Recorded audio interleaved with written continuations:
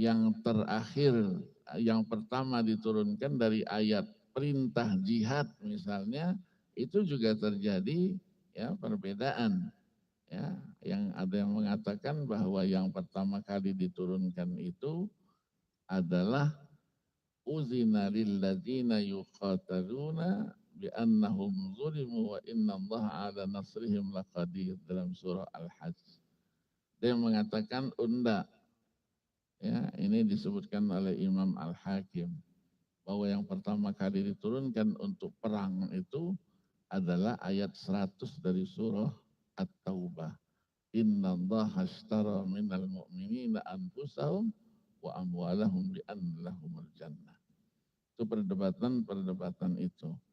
Kemudian diriwayatkan juga bahwa yang terakhir diturunkan itu ada yang mengatakan juga yang dinisbahkan riwayatnya kepada Ibnu Abbas, yaitu ayat dalam surah An-Nasr, idza jaa nasrullah, pembebasan kota Makkah.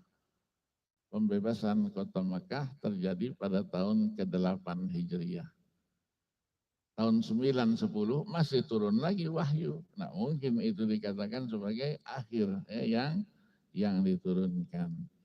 Diriwayatkan juga dari sumbernya dari Sayyidah Aisyah radhiyallahu anha bahwa yang diturunkan itu ya, ada yang mengatakan surah Al-Maidah, ada yang mengatakan itu surah Al-Baqarah.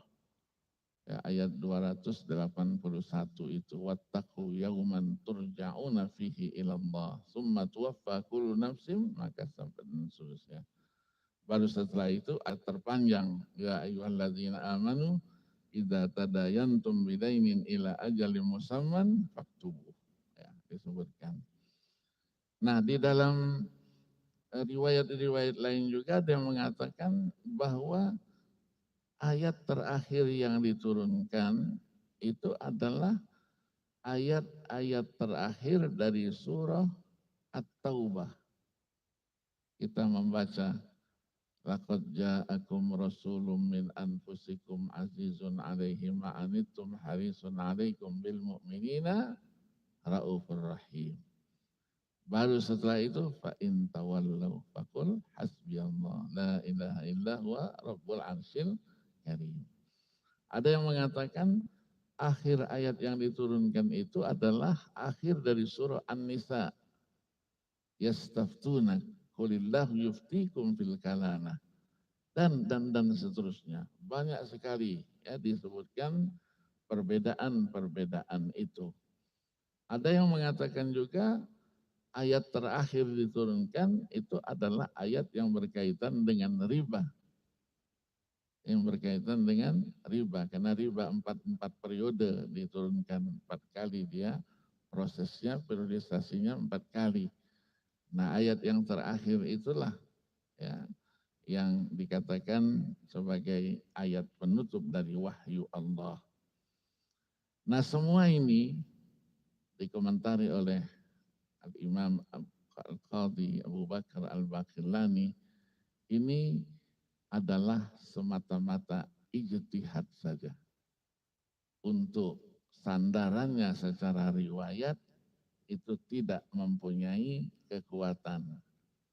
Jadi boleh saja menyampaikan ijtihadnya, dan bagi yang menerima ijtihad itu pasti dia mengatakan ya semuanya itu memberikan komentar dari pendapat-pendapat itu adalah orang yang mendengar ayat terakhir yang didengarnya dari Rasulullah Sallallahu Alaihi Wasallam, bukan yang diturunkan, yang didengarnya terakhir dari Rasulullah Sallallahu Alaihi Wasallam.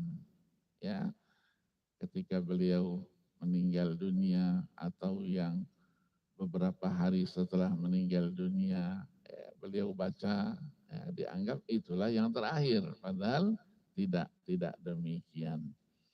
Nah untuk itulah ya apa yang disampaikan oleh para ulama-ulama dengan segala perbedaan itu